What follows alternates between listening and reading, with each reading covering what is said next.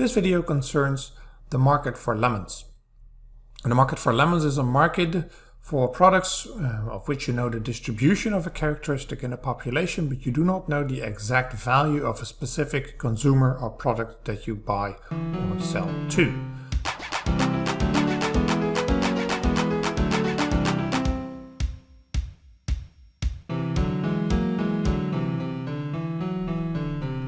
Sometimes a product or a service has a characteristic of which you only know what it looks like in the average person, but not the specific value for the specific item that you buy or the person that you sell to.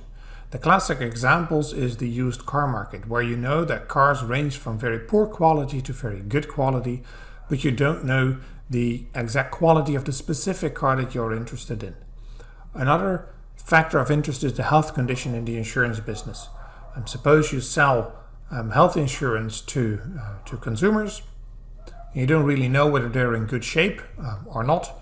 And that, of course, will be relevant information to know when you offer a particular health insurance to that person. Or conversely, if you sell life insurance products or pension products, you similarly know that there's people who are in good health conditions and who are not. But you don't know whether the person that you sell this particular pension product to will live to enjoy the benefits of that product for 30 years to come, or will drop dead immediately upon retirement, which is economically the best scenario for a pension salesperson. And a question that we ask is how to price the product. Let's first look into the exact issue and then look into solutions. So first, let's see why the market fails. And I'm exploring here the health insurance topic. Let's draw a people pile, or if you're familiar with statistics, a normal curve. That takes the shape of a triangle here, where there's people on the left end of the distribution who are really low health risks. If these people insure with you, their expected health costs are zero. On the other extreme, there are people who have very high health risks. When you insure those people, they may be expected to incur 1,000 euros or any other number would do in health cost. And for each level of health risk, we have a number of people who exhibit this characteristic. So you see that there are very few people. The pile is not that high on the low end or on the right end of the distribution, and in the middle around 500 euros. That's where you find most people. When you sell a product in this market, you know that the price has to be somewhere between 0 and 1,000. So as a seller of insurance products, what you would then generally do is you would set the price of the product halfway at 500. That implies that there are some people whose health costs are not as high as the premium and as the insurance fee. There are others, though, who have health costs that are way higher than the insurance premium. And high risks and low risk cancel each other out. So as a company, you know that you will receive exactly what you pay out in expenses for treatments. Now, the problem is that if you sell this product, this health insurance product in the market, then people choose whether or not to buy the product. And what you see is that those on the right of the dotted line, so those on the right of the price, they expect to incur health costs that are higher than what they need to pay for the insurance. They pay 500, but they expect to make up to 1,000 euros in health costs. For them, this is a really attractive insurance product. But those to the left of the distribution expect to make health costs that are lower than what they would need to pay for the insurance premium. Hence, if consumers can choose whether or not to buy this product, those to the left of the dotted line will not buy the insurance product from your company. And what you're left with then is a set of high risk consumers who expect to make health costs higher than what you charge them. And as a result, your profit will run into big losses. So what you will do, knowing that this will happen, is that you will not set the price at 500, but above 500, say, I'm not really sure where it adds up, but say somewhere around 700 euros or so.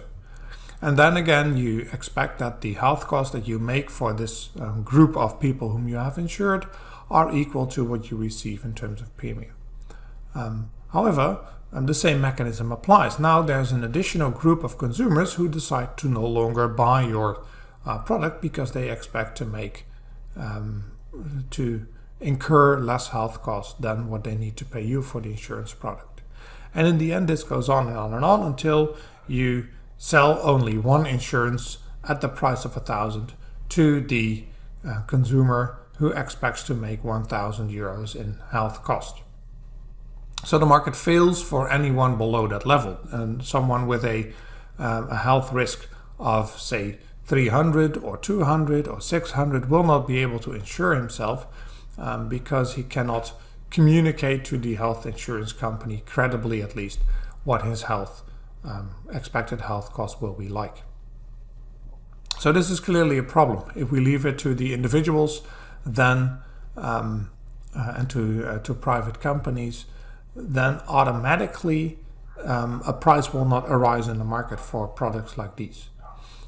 You will not be able to sell health insurance, but neither will you be able to sell pension products, because the pension fund will sell you a product at the average life expectancy, valued at the average life expectancy, and only those people who expect to live beyond that day will be willing to buy the product.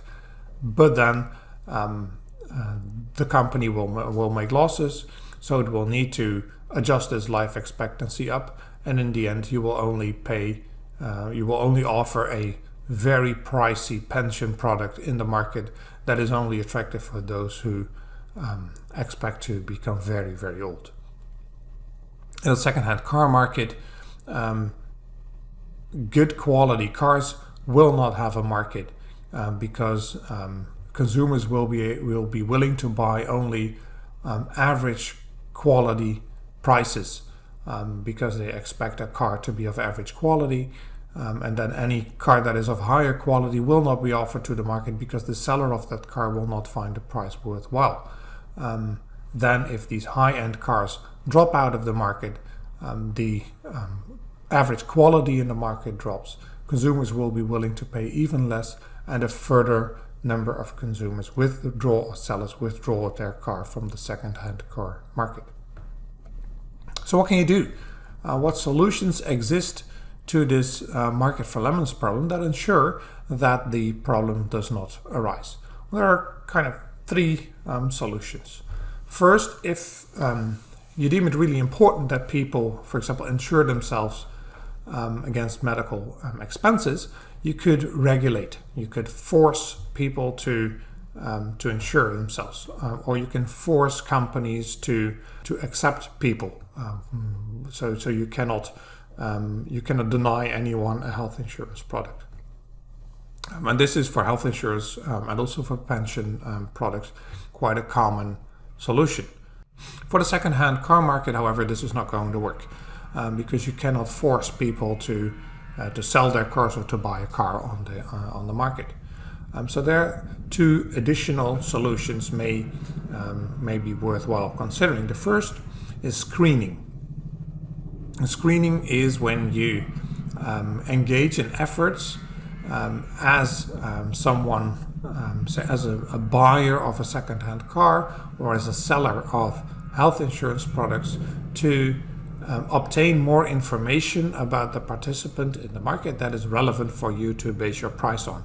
So you can screen people, you can ask them to undergo medical test, and based on the result of that test, you can offer them a particular product or not. Then those people who have a good health condition will be able to buy at a lower price because the result of their health test is better. Those who do not pass the test will be able to still buy a health insurance product, but then at a higher price, which is also closer to their expected medical health bills. So screening is an activity from the point of view of the person who does not have the specific information about the product. Signaling is when the seller of the car engages in efforts to reveal the true quality of the vehicle, and also when the person who wants to buy health insurance signals his health insurance to the company that wants to sell this to him. Any consumer can say, oh, I'm in really good health condition, so I deserve to receive this product at a low price. And any seller of a second-hand car can say, this is truly the best car ever to be offered on the used car market. So it is definitely worthwhile a high price. But the interest of the owner of a very good quality car and the interest of the owner of a poor quality car are identical. So both the sellers of both cars would claim that their car is of top quality because they can then charge a high price. So just telling the consumer this is a great quality car, or telling the insurance company that I'm in terribly good health condition is not going to be credible. The other party will not believe that.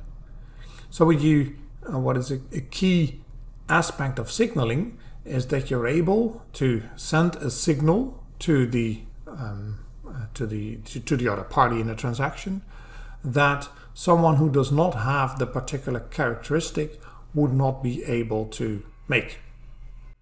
For example, if we go back to the distribution as we had it originally here, the low risk person, low health risk person should be able to do something that the high health risk person is not able to do, thereby credibly revealing his health status. So for example, you can say, gosh, you see I can run 3 rounds around your building and I'm still not tired, so I must be in good condition.